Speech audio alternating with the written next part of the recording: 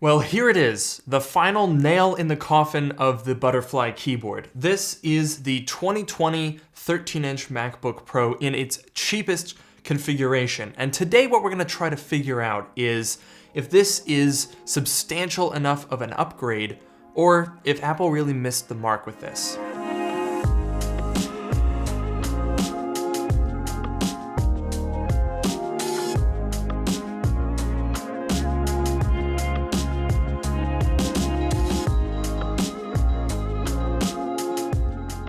Now, the base model MacBook Pro is very important for Apple because it is probably their second most popular laptop behind the base model MacBook Air. And that's because a lot of people buy these because they have a little bit of extra horsepower compared to a MacBook Air, and they're willing to pay a little bit extra for that. Now, don't get me wrong, the 2020 MacBook Air is an excellent laptop, and it even comes with quad-core processors now.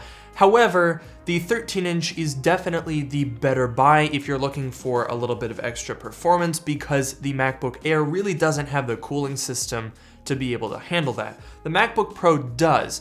However, this update is a little bit controversial.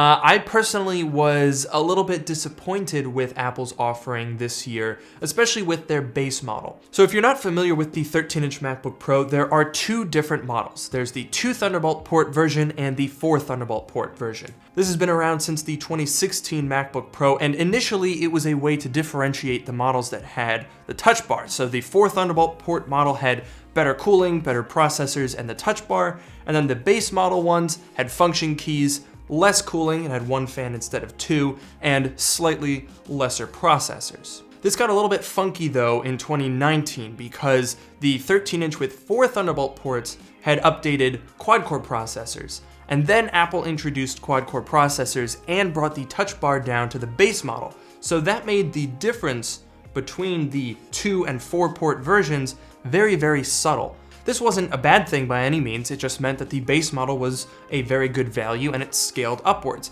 However, what happened is, I guess Apple realized that they made the base model too good, and so what they've done for 2020 is sort of artificially create a marketing difference between the 2 and 4 port versions that seems to be for absolutely no reason other than to try to get people to buy the more expensive models. Let's take a look on Apple's website and we'll talk about what I mean. All right, so here's what it looks like. So there are 4 main options for the 13-inch MacBook Pro. 4 different tiers. That's a lot. But basically what it boils down to is these base model ones, the 1.4 gigahertz quad-core processor have 2 Thunderbolt ports, and the ones with the 2 gigahertz processor have 4. The differences between these two are completely unnecessary and arbitrary, but substantial. Basically, internally, the 2 Thunderbolt port version is identical to the outgoing one. It has the same 8 gigabytes of RAM, the same processor, the same graphics. We do have twice the storage, which is very nice to see, and of course the Magic Keyboard, but performance-wise, this is essentially the same computer as before. The real internal upgrade doesn't come until you spend $1,800 on the 4 Thunderbolt port model, at which point you are going to get a quad-core 10th gen i5, 16 gigabytes of RAM, which is very nice, and a 0.5 terabyte SSD. Now, this particular model is actually pretty well-rounded. It's been, well, never that we've had 16 gigabytes as standard on a 13-inch MacBook Pro. You've always had to pay more for that. Now, at the very least, we do get 16 gigabytes. It's coming with 512 gigabytes of storage, whereas before it was 256. So it is an upgrade in that sense. However, it is kind of stupid that Apple only puts the 10th gen processors on the expensive computers. There's no reason, apart from marketing, that they've done that. That's literally all there is to it. So while that's definitely disappointing, that's not to say that this is necessarily a bad value computer. It's maybe an underwhelming update, but I still think that this is a pretty promising MacBook for a lot of people. Now, crucially, the main things that have changed here is the doubling of standard storage, which we've seen on the MacBook Air, as well as on the 16-inch MacBook Pro late last year, and of course, the Magic Keyboard. And that's personally the most important things for me. 128 gigabytes of SSD was not enough on the old model, so I'm glad that they've fixed that. You may also notice that I went for the silver version. Not gonna lie, guys, I've been done with space gray lately. Not that I don't like it, it's just that everyone has space gray, and I kind of wanted to spice things up a little bit. I have to say, this design looks good in silver. It smells like baby carrots. I don't know how to describe, you might have to buy a MacBook specifically to get what I'm talking about, but if you buy one of these it's starting on the 16-inch, they smell, I'm not making this up, they smell like baby carrots. I might be crazy, I don't know. Anyway, we don't get a lot of documentation here. We get some silver Apple stickers, that's it. Our 61-watt power adapter, as well as the cord for that, so that's nice. And that's pretty much all you get in the box. No accessories, no anything. Now here's the old 2019 version, and here's the 2020 version. I can definitely feel a little bit of a difference. Now the footprint is pretty much the same. The dimensions are pretty much the same. The only difference is the new one is 0.02 of an inch thicker. It's 0.61 inches compared to 0.59. Now that is very insubstantial, and it kind of makes you wonder why we had to suffer through 4 years of the worst keyboard known to man if it was only going to cost us 0.02 of an inch. 4 years of pain. Nice. Now, as far as minor updates go, this is very, very minor because apart from the new keyboard, apart from the storage, and of course we get better speakers that we saw in the 2020 MacBook Air and the 16-inch MacBook Pro, there's pretty much nothing that's new. It's the same display. Shut up! With the same thick bezels. It's a little bit disappointing. I was really hoping for a 14-inch. Now, depending on who you believe, there might actually be another MacBook Pro update coming either at WWDC or later in like October or November. And that could be very interesting because that could explain why this is a very, very minor update. So we'll break down some of those rumors a little bit later in the video. So the big question with this guy is this enough? Is it enough to put a better keyboard and slap some extra SSD modules and call it a day, at least on the base model? The thing is, you can get these 2019 versions with the exact same processor and RAM for hundreds of dollars less. You can get these things on clearance, refurbish, open box, and at that point you gotta wonder, is it worth giving up the Magic Keyboard and sticking with a butterfly keyboard to save a couple $100? So we're gonna set this thing up and we're gonna give it the full run through to see if it's actually a decent MacBook.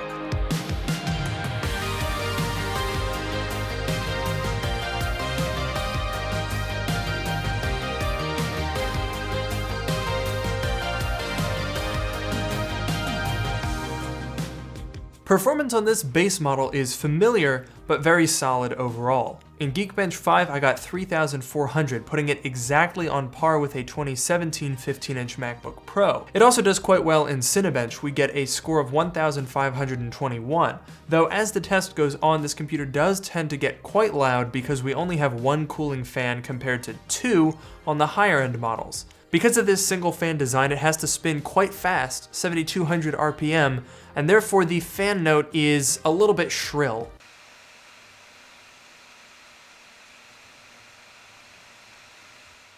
Unigine Heaven, as you might imagine, is not a strong suit for this guy. 8th gen chips, integrated graphics, yeah, it's not very surprising that it only scores 174, putting it on par with a 7-year-old MacBook Pro with a GT 650M graphics card.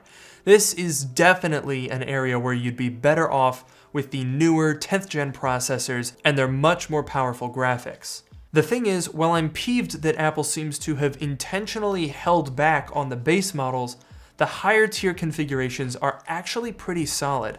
That $1,800 model with 16 gigabytes of RAM, roughly 16% more CPU power, and much better graphics, as well as 512 gigabytes of storage, is definitely a good overall package. Sure, it's definitely a little bit pricey, but keep in mind that previously on that exact same tier, you would have had to pay extra to upgrade to 16 gigabytes of RAM and 512 gigabytes of storage, putting it at well over $2,000. But anyway, back to the base model. Keeping the internals the same as the 2019 is not necessarily a bad thing. But it's really not that surprising that Apple did this, especially when so much of their configuration is driven by wanting to fill the price targets that they put out there.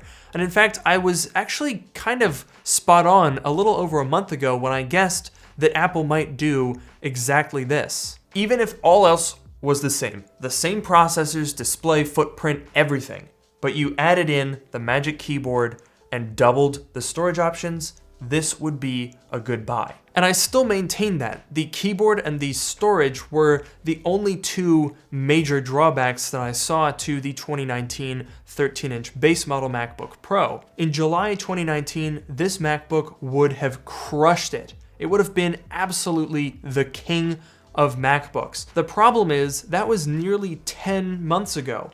To the average user, the keyboard and the storage are probably the only things that they're really going to notice.